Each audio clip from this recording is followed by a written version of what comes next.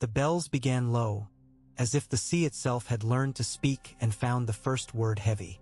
Sound climbed out of the city in a single tremor, rolling along rooftops and rope bridges, slipping under shutters, laying long in the alleys where fishmongers had stacked their empty baskets and boys had chalked heroes and monsters on the walls. A slow, broad peal beat the air, and then another, and then the pattern found itself, 3 beats in the space of a breath, a pause, a lingering resonance that made iron sing in scabbards and set water to trembling in the cracks between stones. Daenerys felt it in her calves first, where her legs pressed the warm, living cradle of Drogon's shoulders. The vibration climbed through bone into breath and seemed to widen her chest with it, a hush inside the noise. The city below was a puzzle of terracotta and smoke. The river was a worn ribbon dark as spilled ink. The sea was bright and indifferent. Her hair fluttered around her eyes, and the salt of her dried tears had left pale roads on her cheeks. She reached one hand forward and curled her fingers into the black ridge of Drogon's neck, and the dragon's hide was hot and rough and real. Not a dream, never a dream, but her body, which had ridden heat and fear and wind for enough hours that time no longer felt like a series of stones to cross, registered the bells with a human response. A step back inside herself. Mercy, some part of her remembered Tyrion's voice saying. Mercy when the bells ring. Another bell answered across the city, higher, like a child calling back to a parent, and then all of them spoke at once. The sound rose until her teeth hummed with it, and the air above King's Landing, already thick with soot smell and pitch smoke and the metal tang of fear, took on the shape of a plea. Drogon's head tilted. The great wedge of it cut the wind. He tasted the air, drew it in over his teeth like a wine taster letting sweetness sit at the back of the tongue. The leather of her saddle creaked. The knots she'd learned to tie herself felt both too tight and too careless, and her thighs were aching as if they were the bones of a different woman, heavier than hers, older than hers. She slid her hand along the side of his neck to the strap that crossed his nearest shoulder blade and tightened it without thought. Her fingers remembered what she had become, the queen who could fly, the queen the ground could not hold. She counted the bells without meaning to and could not tell when counting became listening. It seemed important to know the number, to fix their surrender with a quantity that would not move. She saw the lines of Lannister spears shaking like reeds, saw some cast down, wavering, hammered by sound alone. She saw a boy in a doorway with a wooden sword clatter it to the stones, and an old woman draw him back by the sleeve. She saw a piece of linen, white when it left the window, become gray by the time it had finished unfurling. For a heartbeat she thought she could live inside that detail forever, the slow descent of cloth through air that could have held more hands than it did, and understand what it meant to rule without fire. A breath after that, the other part of her woke again, the part that remembered Missandei's last word, remembered the cold of the north and the jeers of men who had knelt because their knees had been taken from them rather than softened by choice, remembered the smallness into which the world tried to push her body, the hug of it, the cage of it. Fear or love? Love had become a history lesson whispered to children by mothers who would not live the winter out. Fear had the shape of tools. Fear moved troops. Fear made a wall in the mind. The bells called her another name. Daughter of Ashes, they seemed to say in one note. In the next, they shaped a gentler word, one she had not heard aloud since the Red Door, child. For the first time since the fleet burned, Drogon's breath thickened. She felt it as a roll under one knee, a hesitation in the thick muscles of his neck. Wings stretched wider. The membrane hissed in the wind. He had been a breath itself to this point, a creature whose work was motion, and the sound of the bells did not steady him. His tail carved a deeper arc. She tightened her legs and lowered her body along his spine to become a seam. The first scorpion bolt didn't find them. It went up like a stiff black finger and bucked a little somehow, dragged by the weight of its own belief, arcing short so cleanly she saw the metal spike at its head wink with daylight before it vanished in the alley between two houses. She did not think of it. Scorpions were a threat she knew how to read. She raised her hand and pointed to the harbor towers where the last of the engines waited to be nothing. Dracarys. The word usually loosed him like cutting a moored ship free. It traveled through him by habit she had been part of making, and the heat that built under her thighs was an answer, a contract. Her word, his flame, a ruthless marriage that had felt to her like justice when it burned slavers and strongmen and men who took children because they could. He drew the breath that would make ash. Another bolt went up. It was low too, wobbling, but higher than the first, and it passed in front of Drogon's left eye. A flick, a dark gnat in the stream of light, and for a heartbeat she saw herself reflected in the wet black of his pupil. Tiny on the ridge where he bore her, nothing but a bright smudge. He recoiled from that reflection. He checked. She felt the front of him dip and knew one of his hind claws had clenched air like a fist. The heat under her calves did not spill forward. Thickened. It balled up between ribs. She could feel each as a separate thing. And she was aware, very suddenly, of the place where Drogon ended, and she began as a seam that could be cut. "Drogon," she said, soft. The way she had soothed a horse once, years ago, her Valyrian sliding off her tongue. You like a lullaby she did not remember learning, but had always known how to sing. He did not fly forward. He rose without telling her he would, and the angle of him threw her weight back into the saddle. The city wheeled. The bells kept pealing, and they sounded like stones dropped down a well now, each note falling into a throat from which there would be no reply. The third bolt came so close she felt the air wrinkle. It struck the leather of the saddle's aft rigging and glanced, and a long black scrape was left there, a line like a new mouth. She gathered the reins tighter, though reins meant nothing to dragons and were ceremony, habit, comfort for her hands. Drogon's head snapped left, then right. He was not scanning for scorpions in the way he did when hunting an enemy. There was no focus like that here. His gaze was near, brought in to a tight circle, as if the world that mattered to him had shrunk to a distance the length of his own head. He made a low, wet sound in his throat, not the trumpet roar he used when announcing himself, something closer to a moan. She pressed her legs in to remind him of her weight. "I am here." The heat blew backward. The breath that would have gone through teeth and turned air to glass had nowhere to go forward, and the bellies of his lungs were not made for holding it. They were made for transmutation. The second he held it beyond the habit of his kind, it turned savage inside him. His body jerked. He threw his skull back. There are kinds of turning a body can make that the body on it cannot ride. She had ridden fear. She had ridden grief.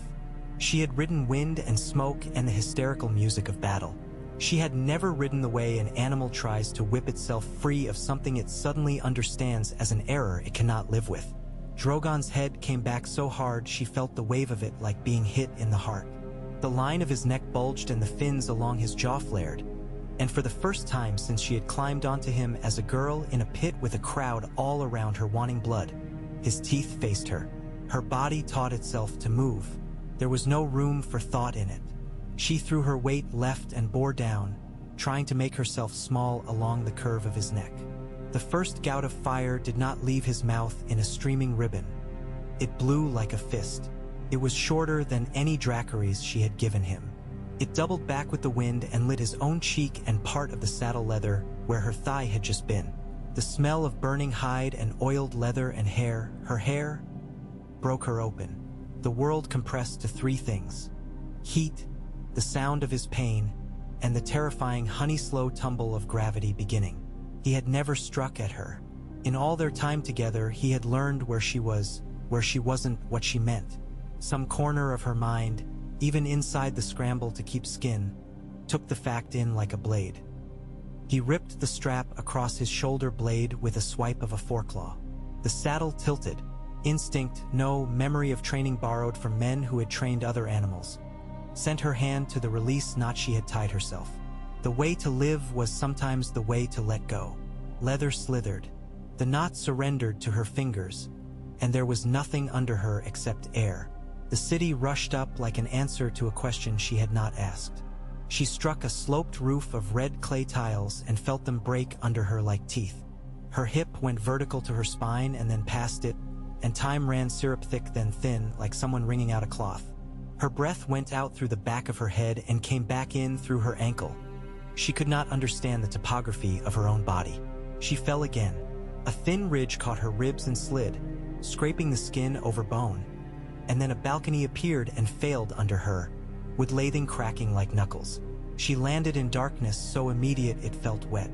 Dust lifted and tasted like old flour. She lay with something on top of her that had once been a chair. The bells went on. The fire sound she had become used to hearing as a companion voice on the battlefield was absent for a long beat. Her ears found smaller noises. A pan falling to a stone floor, the far rattle of a dog chain.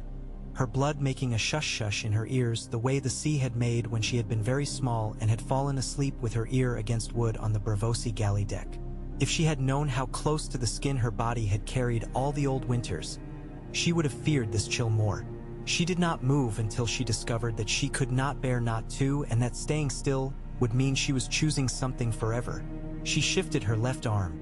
The shoulder answered with a deep, overripe ache, as if it were a fruit too heavy for its branch.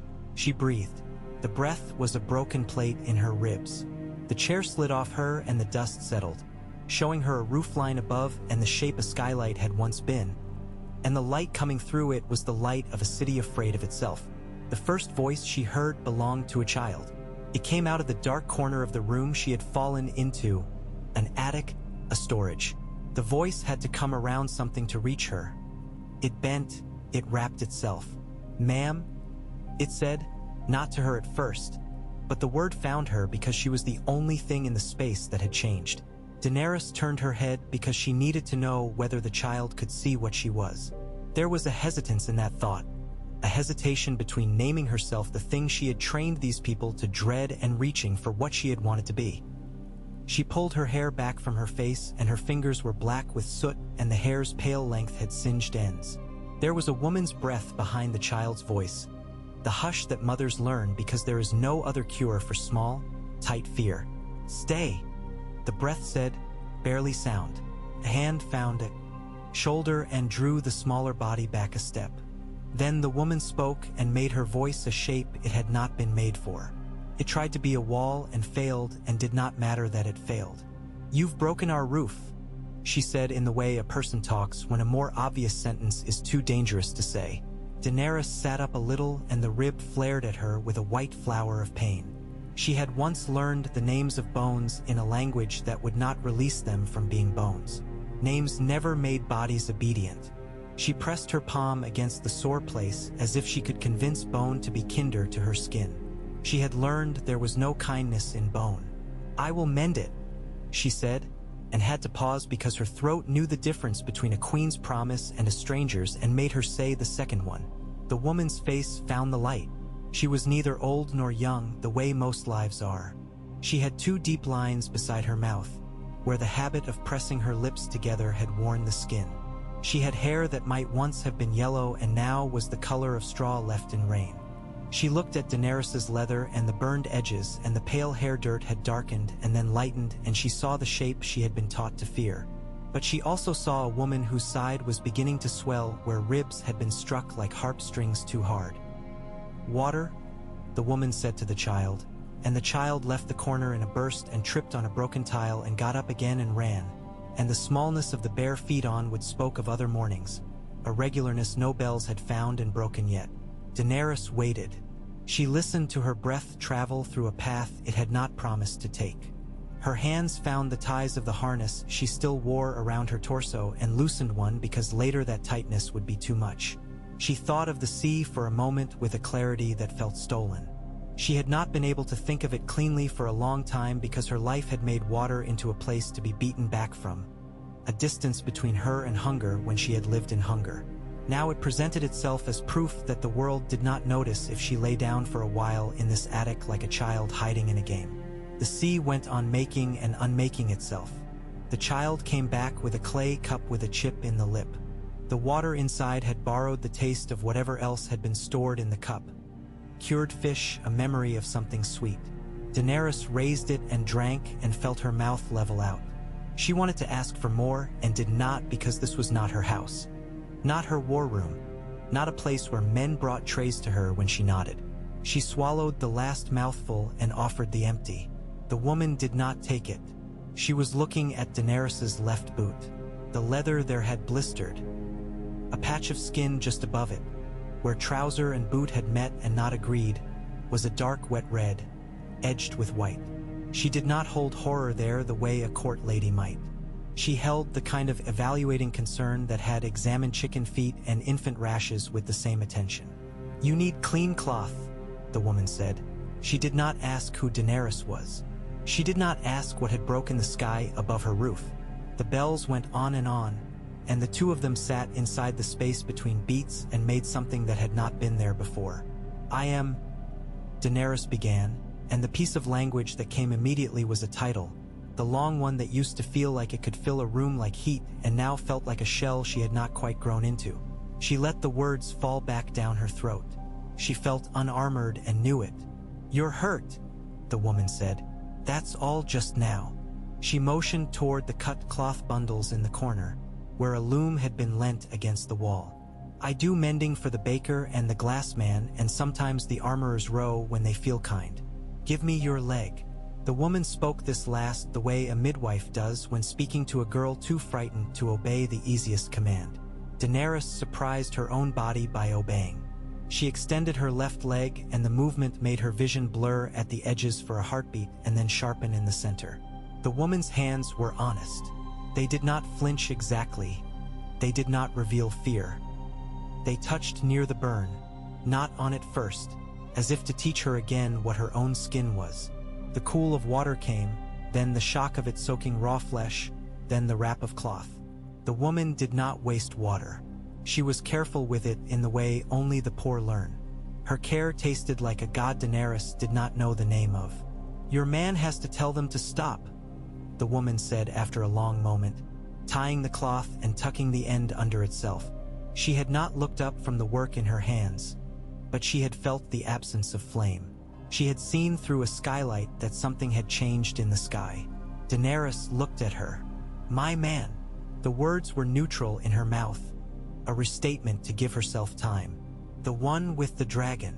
The woman said it like this was a sentence the world had always had waiting in it. "He can make the men stop. Tell him to. The bells are saying so." Daenerys thought of all the men she had had, Jogo's laughter, Dario's knife, Yora's hands, Jon's eyes turning into a duty he had not wanted to have named out loud. None of these were what this woman meant. The woman was talking about the man the city would imagine if it had to tally who owned a dragon. She had never thought of it from this side, of what the ground would make of the sky when it tried to comfort itself. The idea that a man must be behind the fire comforted this woman more than the truth did. That thought landed with a surprising gentleness. It did not make Daenerys angry. It made her more aware of the bones of her own face. She was a stranger to this room. The room did not know what she had promised herself in languages. It would never hear. "He is not my man," she said, and that was the first true sentence she had made since the sky broke open. "And he is not listening to me." Outside, a roar rose, Drogon's real voice, not the broken breath of a moment ago. It rolled across rooftops like the weight of oak moving. Men shouted to answer it. The sound of a scorpion's crank ratchet traveled clearly, as distinct as a cricket in a field at night in the spaces between other sounds. The woman's hands stilled. Her eyes flicked to the skylight and back. If she had been braver or more foolish, she might have peered up. She stayed where she was because some part of her calculation had decided that movement was invitation. Then who will he listen to? The question was reasonable in this room. It would be blasphemy on a dais. Daenerys looked down at her palms. Lines of soot made maps no one had taught her to read. She felt the pulse move in her wrist under the soot like a small animal crossing a path. "He listens to himself," she said, trying the truth in her mouth to see if it would change shape there. "He is a creature of now. He knows fear and he knows hunger, and he knows me as a smell and a weight. He does not know bells." The woman made a sound that could have been a laugh but was not. It was too tired. "Then we are the ones who should ring them, not the towers," she said, almost to herself.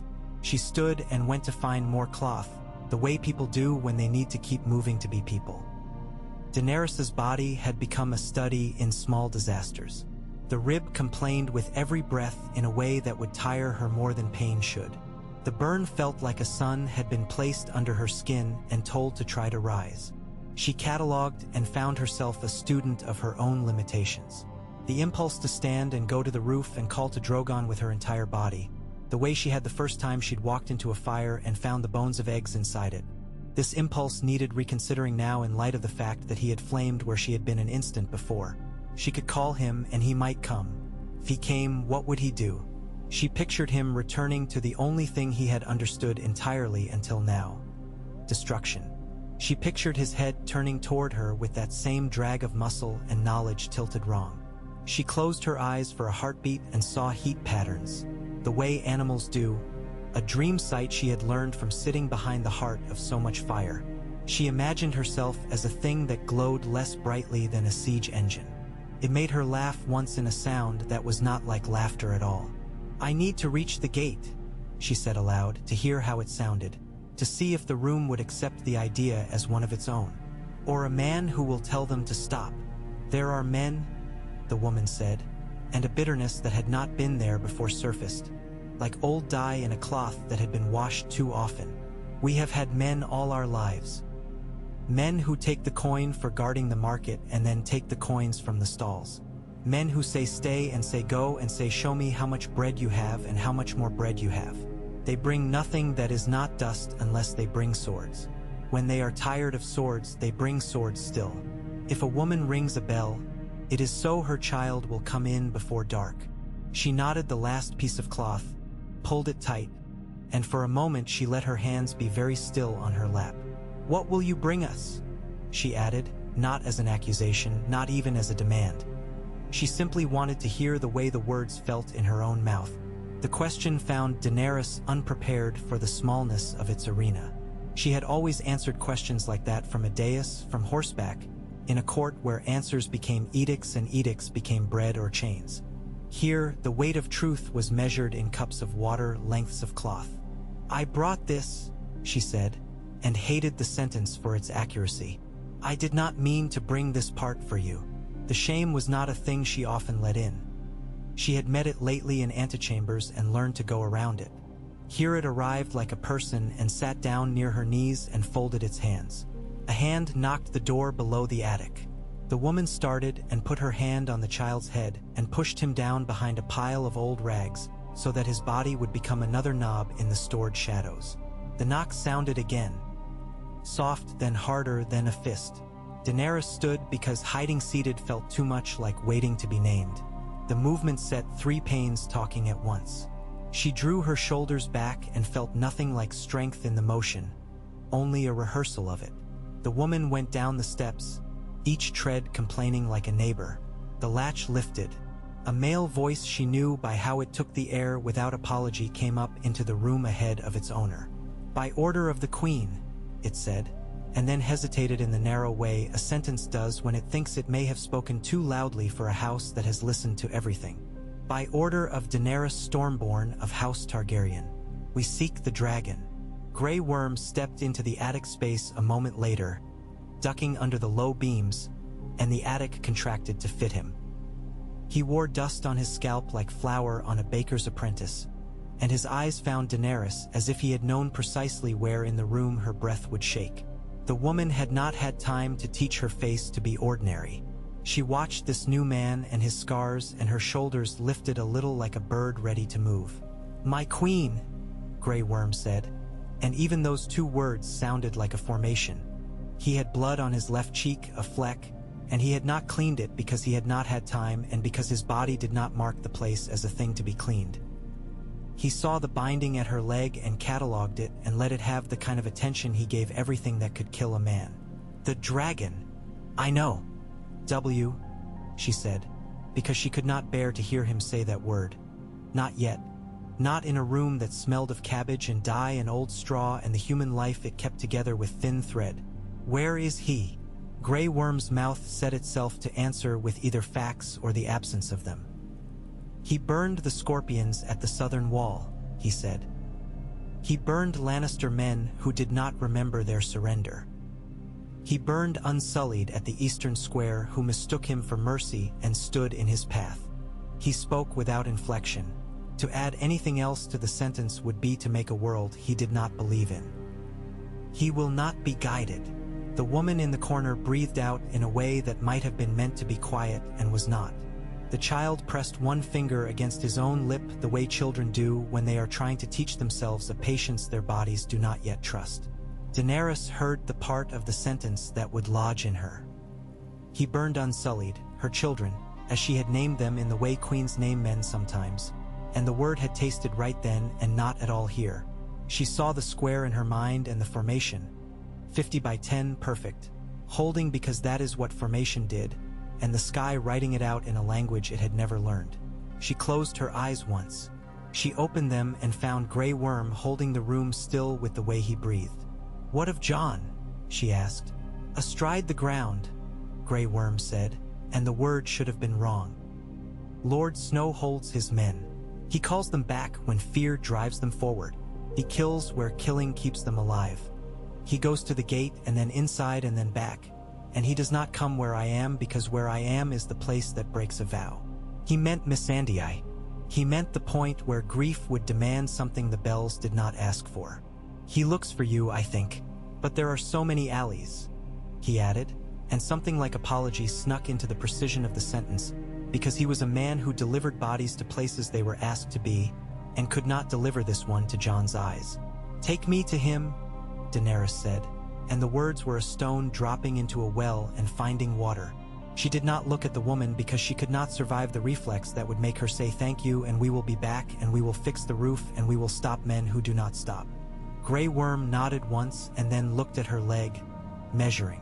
She met his gaze and stood without the help she would not have asked for. The burn complained, the rib flared, the attic turned a degree.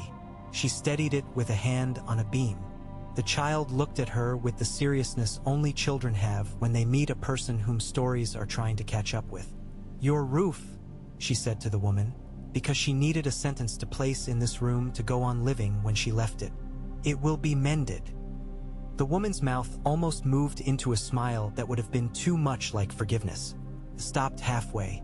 "Bring me wood then," she said in a voice that had been scraped by smoke and bells and too many men. "And nails that do not bend."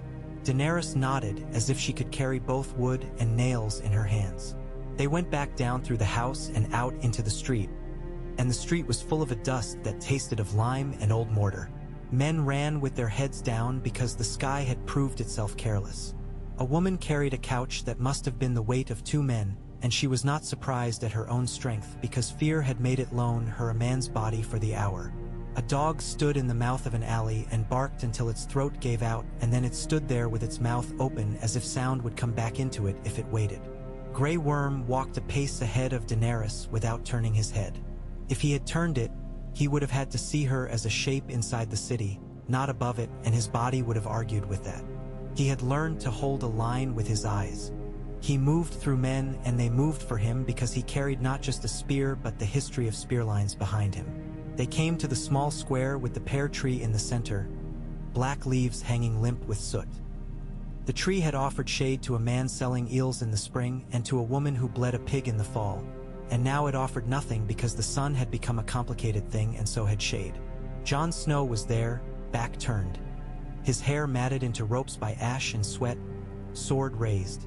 Not to strike in that second, but because life had trained his arm to hold the blade in air while thoughts found their feet.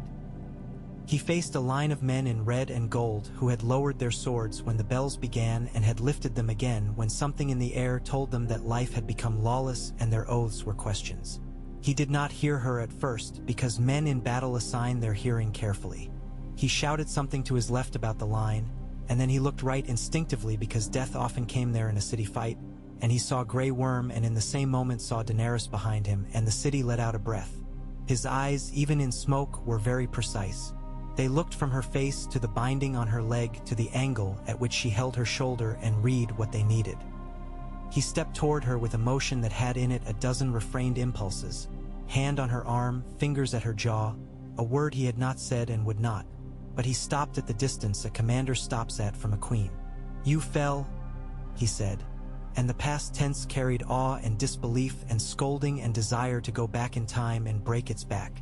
"Drogon," she began, and her voice failed quietly, the way a reed pipe's breath fails because the player has been running. "He," I saw, Jon said. He had a cut on his chin that had bled and dried and cracked and bled again. His mouth had learned to shape orders without moving too much, because too much movement let fear go. It is not a thing I've seen. Grey Worm's spearpoint dropped a handspan, not to surrender but because he needed to adjust something in himself to stand in this triangle and not break it. He looked at Jon like he might at a wall that had once been a door. He burns all, Grey Worm said in his even way, because the sentence as fact helped the room hold itself. Jon shook his head once like a man trying to wake his ears. Not all, he said. He flies as if he's lost and found the same thing over and over. He fired at. He did not finish the sentence because the part of him that belonged to a family of wolves and the cold knew that naming a thing gave it a place at the fire. Daenerys's hands had learned to be ornaments because queen's hands sometimes are. Now they hung as if hoping to remember work. He will come back to me, she said, and the part of her that had always believed in the return of what she loved rose like a bird and tested the air. He must. She heard the must and knew it for prayer. Jon looked up into the sky as if he might see thought written there. If he comes, he said, and his voice made the word a thing to be bracketed, protected. What do you want to do when he comes? It was the question Tyrion would ask with law behind it and Varys would have asked with the whisper of 1,000 rumors behind it. Jon asked it with the straightforwardness of a man who had watched 30 of his own men die to keep 10 from being trapped in a doorway they had entered because he had told them to. He asked it the way a carpenter asks how wide a plank should be to hold a body. Daenerys looked at the square, at the pear tree, at the men in red and gold with their swords half raised because they were reading the room the way men without a code have to. She looked at Grey Worm, who was a code walking. She felt the bells beating the day into shapes and she stepped between them. I will stop him, she said, and the sentence tasted like a blade at first and then like clean water. I will stand where he can see me, and I will make him come down. I have done that before. Jon's mouth twitched once, as if he had been about to smile at a bad moment and had beaten it back. And if this time he comes to bite? Daenerys watched him say it. He would only say it here, where the city could not hear the way the word bite became treason if thrown into the wrong crowd. Then you will be in front of me, she said, and it was the truest thing she had said to him, and her body felt it as a relief, a laying down of something heavy. He nodded once and turned to the Lannister men. Lay down your swords, he called in a voice that had learned how to find the center of groups and stay there. Lay them down and go to your knees. The dragon is in the sky and it will not choose you if you choose to be small. The sentence was nonsense in a way. Dragons did not choose, but it had the right shape for men who needed shapes to follow. The nearest of the Lannister men looked at the next man and then each at the next in line, and their swords went down in a clatter that made the pear tree seem to shiver. The bells pealed on. The sky answered with nothing for a long heartbeat, and then Drogon's shadow passed over the square. It was slower than shadows usually are. It did not cut the light sharply. It swam. He was lower than he would be if he were purely hunting, and higher than he would be if he had returned to her. He pushed the air with his wings like a swimmer whose shoulder had been wrenched and who did not want that pain yet to be the thing that named him. His head turned once, and the slow, terrible composure of it, the moment an animal who has never thought learns that thought has a shape, made the square feel colder. Here, Daenerys said. She did not shout. She lifted her face and let something in her spine grow tall. Drogon, Ixia, my child. Grey Worm stepped to her right. Jon stepped to her left. The square arranged itself around that line. Drogon's pass did not end in a dive. He went past the square and struck the corner of a tower that had been built as if it believed men could keep their corners forever. Stone came down hesitant and then all at once. Some of the stones hit the nearest house as if they had not wanted to stop living in a tower and did not know how to be ground yet. A woman screamed the way women do when they are not looking at their own bodies but at their houses. The scream pulled something physical out of the air and it did not come back. Come to me, Daenerys said, and this time the word came out of the deepest part of her chest as if it had been kept there for hunger. She had been the word to him once. She had been the thing that his body recognized before it recognized itself. He turned. The slow composure became, for a heartbeat, the movement she had always read as hunger-focused. The path of his neck and head came into alignment and the space between them closed. He came with the sound of wind being shaved. He did not open his mouth. This was new. He came with his mouth shut and his eyes reading. The set of his jaw made his face look older. Jon's hand lifted a hair's breadth in the space between them. He did not raise the sword.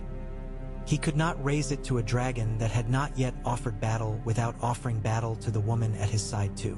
Grey Worm's hand tightened on the shaft of his spear, the whirls of old training finding new possibilities. Drogon's head met the ground the way mountains meet it when they fall. He landed with such controlled insult to gravity that it felt like a lesson. The ground received his weight 1 foot at a time, and his wing membranes rattled as his body folded them, folding heat, folding history. He lowered his head until the ridges along his jaw were even with Daenerys' breastbone. Her body wanted a dozen things at once: to run to him and lay her face against the place where the scales are his eye are softer, to stand very still as if she were another statue in a city that had too many, to step back because the animal that had fallen from him in the sky wished to finish that sentence. She took the smallest of those paths. She lifted her hand and stopped it a finger's width from his muzzle. He breathed. She felt the breath on her face. It had always smelled of burnt bone and wet iron and, if she were honest, of an old sweet dirt, the place earth becomes again after harvest. This breath held something else in it, something like the smell of cold stone that has been rained on in summer. She could not read it. She did not want to call it fear. To name it would be to grant it a place in him. She let her hand hover in that small pocket of air where the first, fragile treaties are made. He tilted his head. His inner eyelid slipped over the wet surface of his eye and then back. It was a snake gesture, a precise mechanical kindness. She moved her hand the smallest amount closer.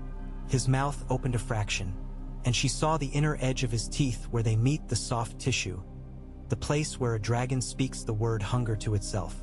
She felt him taste her skin. He did not flame. Not a scorpion, a human-sized bough, a man on a roof who had not learned yet where his actions lived in the world. The bolt was small against Drogon's hide, a thorn, but it hit the soft part of his inner wing where blood runs faster. The sound he made was less roar than exhalation. He snapped his head, not at her, but past her, reflex following pain with the speed of summer lightning. There was no thought now. He opened his jaws and fire came because pain had pressed the bellows and given the heat something like an order. The roof where the man had been became an idea. The air took his body and disseminated it. The house below it sighed and then stood because houses do that when insulted. The flames climbed the wall like a confident child. Daenerys' hand was still in air. She lowered it because keeping it there had become too much like pretending.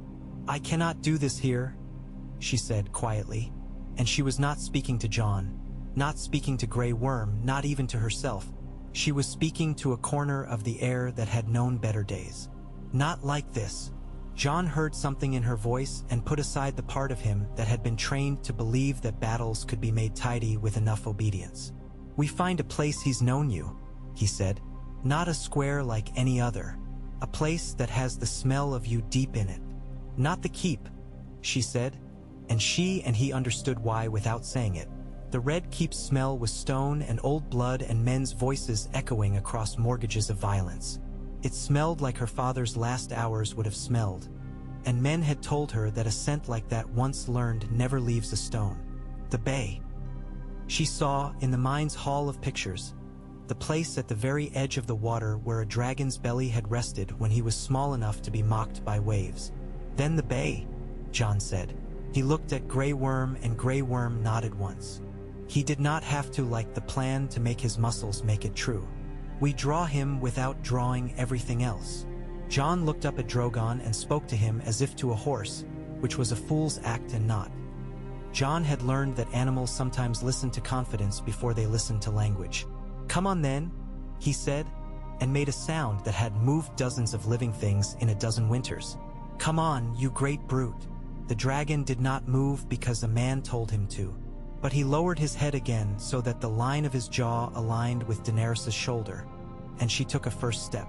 He echoed it without understanding that he did. Jon and Grey Worm moved with her, a triangle inside which a city was trying to keep living, with men in red and gold and gray and brown and no armor at all staring because they had not been shown this shape yet. They took the narrow way past the 1,000-year house with the painted lintel, and Daenerys saw the paint had been done by a hand that did not know its own gifts. Small vines, too careful and then suddenly wild where the painter had lost patience or learned joy. They came out by the alley where cats bred in spring in a pile of abandoned nets, and now a single black cat crouched with its back low, eyes giant with knowledge. They passed the fountain with no water and the broken saint whose missing hand collected rain when there was rain. Drogon's wings scraped the side of a house and left a path of black along whitewash, as if naming the house as belonging to the sky for a time. The closer they came to the bay, the more the city remembered how to be a city. The smell of tar thickened. Ropes lay like sleeping snakes. A boy ran with a coil of line that had once been his father's and would be his after, and he did not look at the dragon long because line knows when to twist itself the wrong way if not watched. The bells were fainter here as if seafood had learned early not to count on clocks. They reached the quay where the planks ran right out into the water without apology. A single ship burned there, quietly, the way a man might rage alone in a room so his children would not have to see him. The water spat sparks back out with a kind of disapproval. Drogon moved to the very edge and put a foreclaw into the bay. He did this as if returning to a lesson. He crouched lower. The movement of his belly toward wood and water was one she had seen so many times she could have drawn it with her eyes closed. He pressed his weight into the pier and the timbers complained. He lowered his head and looked along the line of water. The horizon was too bright. Daenerys walked to him as you walk to a child who has grown too large to be picked up but remembers it. She rounded his muzzle with her hand for the first time since the sky, and this time the contact held. He breathed O-U-T. The breath tasted again of that rained-on stone and of something she knew now to name, himself. She leaned her forehead against him, closed her eyes, and saw nothing but a great black curve. "You know me," she said, and did not make it a question because questions can frighten animal minds. "You know me." He held still. The stillness was a kind of consent. His wings rustled at their edges. He made a sound in the hinge of his jaw like a door that opens to a house where the air has not moved in weeks. She felt the sound in her own sinuses. Jon stood back a pace he could measure. He looked to either side, where men stood at the mouth of the quay, some with swords lowered but not surrendered, some with nothing in their hands because nothing had been given to them. He did not say stand down. He did not say kneel. He held their eyes with his and made himself narrower or broader as needed. He had learned the trick of being larger than you are when fear in others needs that to behave. Grey Worm watched the line where water met wood, taking note of position and angles where men might approach and not be seen. He was arranging invisible soldiers. Missandei's name ran under his thoughts the way a deep river runs under sand. Every now and then, a syllable rose like water in a hole someone had dug in a hot day to see if anything lived under there. Daenerys put her hands on the places on Drogon's face that she knew. The ridge where the scales were smallest, the seam where the bone curved under. She spoke without sentence. A string of syllables that had once been a language and was now the song a mother hums whose words no child could hear above the breath it is meant to calm. She felt the muscles around his jaw loosen under her fingers with the slow patience of rope being untied after water has swollen it. She ran the heel of her hand along the line to his ear. He turned it toward her, and for a moment she remembered a hungry fledgling pecking at her wrist, and she laughed despite the rib because the picture had come with such vividness the city fell away. She was close enough that if he had turned to flame now she would have been inside the first second of it, before pain. She had lived in that second before and come out of it raw and new. She did not think about that second. She thought of the red door and of a table with a nick in it where Viserys had once set down a cup too hard and a splinter had risen and she had worried it with her nail until it came away, and how proud she had been of the deficit she had made in a world that did not let her make many then. She thought of the heat of the Myrinese sun on a balcony where she had shown Missandei how to braid hair in the style of a girl on a distant island who had counted the sea by how many lullabies it taught. She thought of the first time Drogon had taken meat from her hand, not because he had been starving, but because he had understood something new about the world, that there was a reason to take food gently. The wind shifted. The bay breathed in. The burnt ship gave a last soft sigh. Drogon gave back a sound so close to what she had hoped for that her knees weakened. It was not loathing. It was not obedience. It was the sound of a thing that recognizes itself in the presence of another thing, which is the asterisk to love's footnote that too few songs sing. "Look at me," she said, and this time command in her voice was not a lash but a hand held out in invitation. He lifted his head. He turned it a fraction so the great what I found her standing body, small there at the edge of what he could claim if he were to claim everything. He looked. The looking lasted a long time. In that looking there was every memory she had taught him. Meat that did not run. Flame that was welcomed. Cold that was turned back by her body's heat when he curled around her for a night on a road that had forgotten where it went. There was also what the day had taught him. A bolt singing near his eye, the taste of his own pain, the way the word Dracarys had curled inside him and hurt him because he had nowhere to put it safely. She stood inside that ledger. She did not know which way the sum would swing and for once did not try to push it. She let her body tell him what he needed. She was still. She was breathing. She had not fled. She did not share the shape of her fear with him because he could learn that shape too quickly. She shared the shape of her hunger for him. He blinked. His inner lid slid a third of the way, then all the way. He lowered his head again. He did not touch her with his teeth. He let her touch him with her hand. The treaty held. Behind her, a voice said her name the way rain says a roof's name. Tyrion. She did not need to turn to know, but she turned. He stood at the end of the quay with ash in his hair and the dust of a city's mortar in the folds of his clothes and 5 men behind him carrying nothing because they had abandoned the idea of weight. He took her in with a glance that had always been a collection of ledgers. He saw the burn. He saw Jon at her left shoulder. He saw Grey Worm at her right. He looked at the dragon and then down at the boards and then up at the place where sky is and sometimes keeps its promises, and he let out a breath that seemed like a man whose heart had found a new, smaller room inside it. "The bells are still ringing," he said. And the way he said the sentence made it into both an observation and a reminder and an accusation he did not want to lay on her like a weight. The city waits for the end of a story it has told itself 100 times in 100 ways, and all of them end with fire.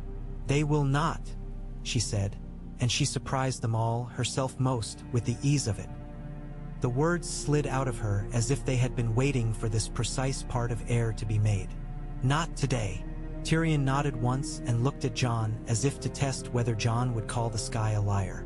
Jon only set his jaw the way he did when he decided that a piece of himself would be spent before sunset and he would not mourn it until later.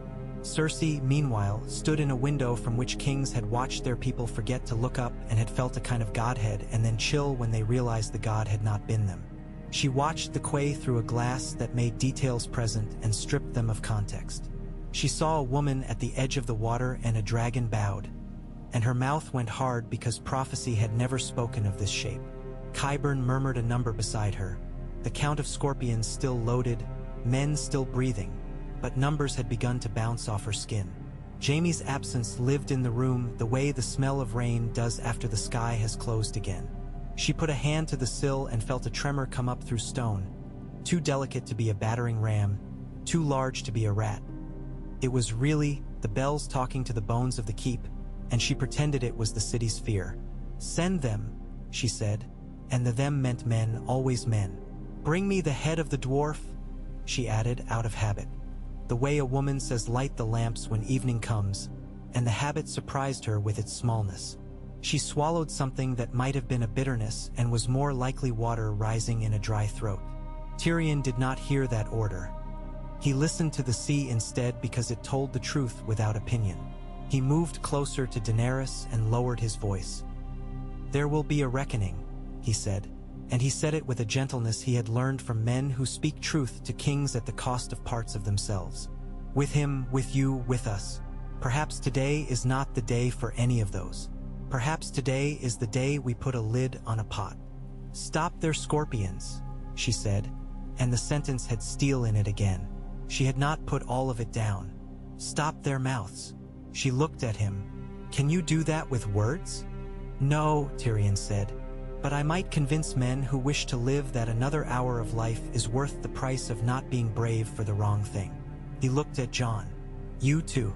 The men who follow you will follow you into a river of boiling pitch if your face tells them it is water. Jon swallowed because the truth, when told, sometimes requires a swallow to let it pass. We draw back to the fish market, he said. We make the line. We keep the peace with our bodies. If anyone breaks it, we break them. He looked at Daenerys and did not say, do you agree? He said with his eyes, I will do this because you said not today. Grey Worm had not spoken because there was nothing his voice could do to the day that his spear could not do more of. Now he lifted his chin a fraction. And Missandei? He asked, without asking. He wanted to know what was being done for her ghost inside these arrangements. Daenerys met his eyes. Her leg throbbed. Her body wanted to sit and be a girl for an hour. We will build what she would have walked through, she said. Not with flames. The last two words weighed more than anything else she had said all day. And we will take her back from their mouths, she added. And Grey Worm nodded once because this was the sentence he needed to have in his hands so his grip would be sure. They moved like tide then, Jon's men with him, Tyrion's words scattering like seeds in alleys where men who had not decided who they would be yet that day stood and tried on faces. Grey Worm took 30 unsullied and put them in doorways at precise intervals, and they became silent hinges that only opened when something pushed against the door. Daenerys stood at the water's edge, hand on Drogon's muzzle, and let the city learn a new bell. It was strange what the absence of flame made visible. Without smoke to draw lines where none existed, people saw each other. A woman crossed the street with a basket of apples that were not apples at all but hard bread rolled in sawdust to make it look like more, and no one took it from her because Jon stood in the street with his sword not drawn. A boy climbed a lamppost and dropped from it because he had invented a game where falling and not dying made you better than other boys, and he did not break his leg because the lamppost had been made in a time when men overbuilt such things. A dog went to sleep with its head on a soldier's boot, and the soldier did not kick it because the day had become too elaborate for that. The bells eventually stopped. It was not a dramatic end. They did not clash into silence with a clangor. The men who pulled the ropes simply let go when their hands bled to the point where holding meant dropping elsewhere, and the last sound died the way a thread rubs apart when too much cloth has demanded it. Silence fell like a thing that could do harm if you lifted it wrong. Men shifted their feet. Women sent their children indoors that practiced migration of war. Somewhere, a pot boiled over and hissed and no one went to lift it. Daenerys listened to the quiet. It had many voices inside it, some of which were her own. She did not hear Drogon move under her hand, but she felt the small body adjustments a living thing cannot help, a muscle letting in a bit more air. It was enough. She let herself sit then, very carefully, on the edge of the quay with one leg dangling and one bent, so that the bent one might remember how to be strong for the dangling. Drogon lowered his head until his lower jaw was at a level with her knee and, because the world had decided to be strange for a while, the shape of them there, woman and dragon at the edge of water, looked to a boy passing with a wedge of bread exactly like the drawing he had once chalked in a place where chalk does not last. He felt a threaded gratitude, vague as a smell, and did not know what to do with it, so he stumbled over it and kept walking. There were reckonings in rooms then. In a tailor's shop, two men who had sworn to follow gold broke the oath and went home to they. Our mother with the last piece of coin in their shoes. In a chapel, a woman who had kept a candle for a god who loved thunder decided to keep two candles for a while, one for thunder and one for the quiet just after, on the off chance that this second god might be the rarer and thus need the light more. In a barracks, a boy whose face had never learned how to waste words cried because he had nearly killed a man he had never seen before, and the nearly had become the heavy thing. Heavier than killing would have been. Cersei had Qyburn bring her wine. She drank it and set the cup down, and the sound of it on wood was very clean. He kneels to her, she said, meaning the dragon, and the words felt like she was trying on a pair of shoes she would not buy. He kneels to the idea of her. She looked at the glass again and saw only her own face. Ideas are more dangerous than men. Qyburn adjusted a ring on his finger that had bitten him earlier when he had been too quick with a machine. An idea still needs a mouth to feed it, he said, because he had learned that most things that frightened kings could be starved if one had patience and a list. We could starve hers. Cersei's mouth made a thoughtful line. She was not thinking of grain or docks. She was thinking of tongues and ears and rooms where men who told stories ate and drank. Let them go on talking, she said, a hand making a loose circle in the air. One story will meet another and they will fight each other like dogs. And the one with the more teeth will eat, and we will feed that one, not her. The plan did not comfort her. It did not need to. Comfort had become a child's toy. She turned away from the window. Send word to the captains, she said. They are to hold. They are not to fire. They are to live and to remember how. She did not say Jaime's name. It sat behind her teeth. When she swallowed, it went down slow and scratched. By the time the sun made a gentler light across the bay, Jon had made a corridor from the fish market to the mud gate where men could walk and not be jabbed by the ends of swords. He had done this without praise because praise has a way of draining a man when there is more to do. He came back to the quay. His steps were deliberate, measured, the way a man walks to stop his body from telling him that it should be lying down. He nodded to Tyrion, who had settled on a crate from which he could see the dragon and the queen and the water and all the ways men can arrive and leave. He stood a moment near Grey Worm and let him know with a glance that he would stand beside him if a memory rose too quickly. Will he let you mount? Jon asked at last, not because he wanted her to fly, but because he wanted to know the shape of what could be done again. Daenerys looked up at Drogon's side. The ladder that had once been rope and wood and a game had long ago become made of muscle memory and air. Her body remembered where to put hands and how to clench thighs to make the first lift easier. Her leg, wrapped and slick with a mix of soot and ointment the woman had pressed into the cloth, throbbed with a heavy intelligence. Not today, she said, and the words were a salve. Today he stands with me. Jon nodded. Then so do I. Tyrion cleared his throat. And I, he said, because comedy sometimes keeps a roof up. He looked at the water. He looked at the city. He looked at the lines men make when they try to make sense out of chaos. I said once that if I ever found myself with a dragon and a city, I would drink less, he said, half to himself, and homes for laughter appeared on men's faces, and some of them rented the space for a moment and some did not. Daenerys touched Drogon one last time and then let her hand fall. She looked at the sky and it looked back and offered nothing, which was, perversely, a comfort. Word would go out from this quay whether she sent it or not. Word always went out. It would twist and find new shapes and return as something unrecognizable and expected. She thought of the woman in the attic, of clean cloth and the way she had said wood and nails that do not bend. The particularity of that order seemed suddenly like a scepter. She wanted to hold it. She did not reach for it yet. Not today, she said again, and she was saying it to the part of herself that had stood in the sky and felt the city ring a name she would not answer to the way they thought she would. In the streets behind them, Arya slid along a wall she had learned too late was made of a dust that did not like hands. She wiped her palm on her tunic and looked up at the quay where the dragon lay like a living hill. She had come to kill a queen. She had not decided which one when she left the north, because she had known that deciding too early was a way to have the world throw you a different target. She looked at Daenerys, small, ash-streaked, hand on a beast, and something moved in her mind like a knife in its sheath. She could find the woman in the attic if she wanted. Girls with pale hair had a way of leaving trails in rooms, and Arya had learned how rooms remember. She did not move yet. She watched, because sometimes watching gives you the exact place to put a blade for the next 3 years. Jaime, somewhere in the maze that had once been his second skin, found a wall he had leaned against 20 years ago to kiss a girl whose name he had not forgotten and then learned to pretend to forget. He rested his head against the stone and thought of how the city stone held more skin salt than the sea and tasted it and decided that the taste did not offend him. He had come for Cersei because his life had been a loop of that rope. Now he heard a new kind of silence through the stone. the shuddering absence of flame.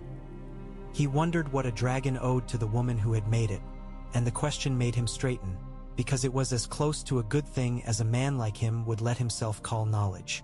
He stepped away from the wall and toward a staircase that had always had one step slightly higher than the rest. As afternoon turned toward whatever this day would call evening, Daenerys's body began to report on itself more insistently. The rib bloomed, the burn wept through the cloth and then dried and then wept again, and the cycle made the edges of her patience feel grainy. She leaned her shoulder against Drogon's jaw and closed her eyes without admitting she was doing it. He breathed and the breath moved her hair. She let the movement be a lullaby. Jon stood, sword point anchored to wood, his hand on the pommel as a man might rest it on the top of a walking stick.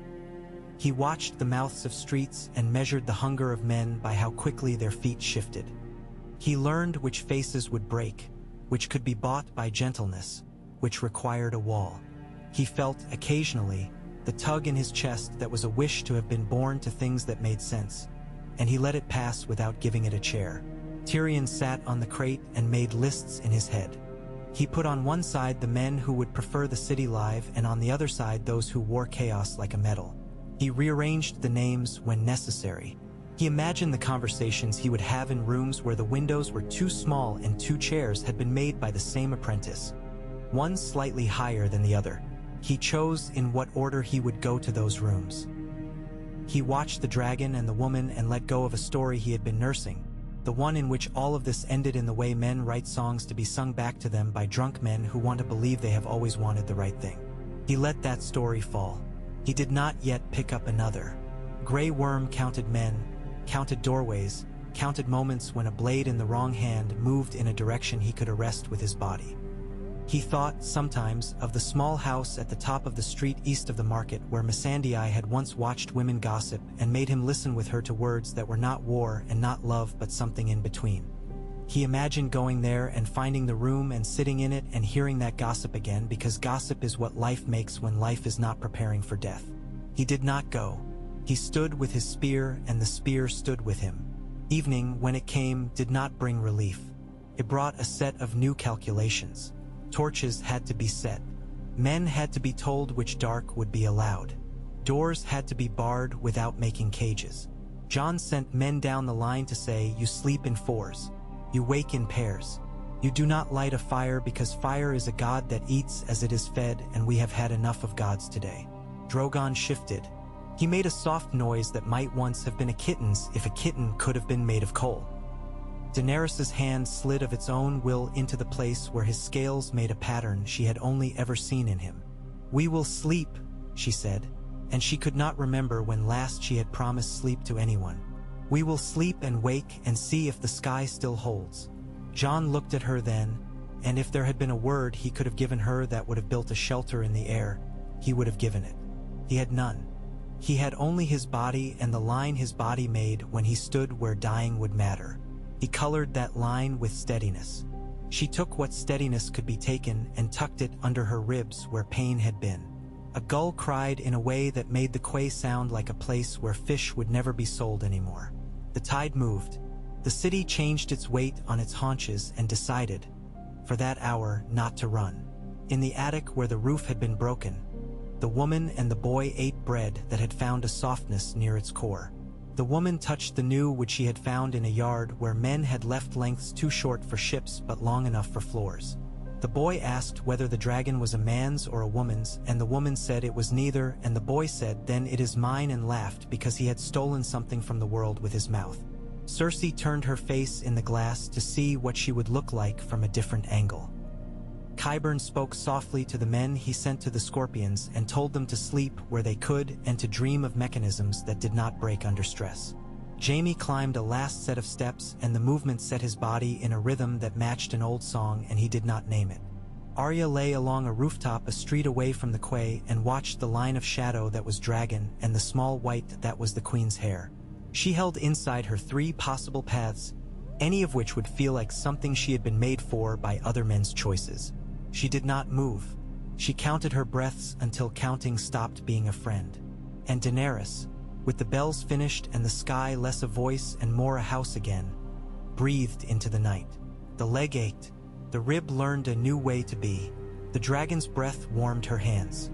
She closed her eyes and opened them again, not because sleep had taken her, but because thought had made a brief stretch of darkness where images had agreed to stay where she put them. She let one image hold. A roof mended in a house where water did not come in, wooden planks snug in their seams and nails that did not bend. It was not a throne. It was not a banner. It was not a song. It was something she could carry in both hands. The night made a place for them. It was narrow, but it was theirs for the hour. The city listened. The sea moved. The dragon did not turn away. The woman who had fallen from the sky stood because she had to, and because standing is sometimes a building done with bone. She waited, and waiting, for once, was not the same as burning.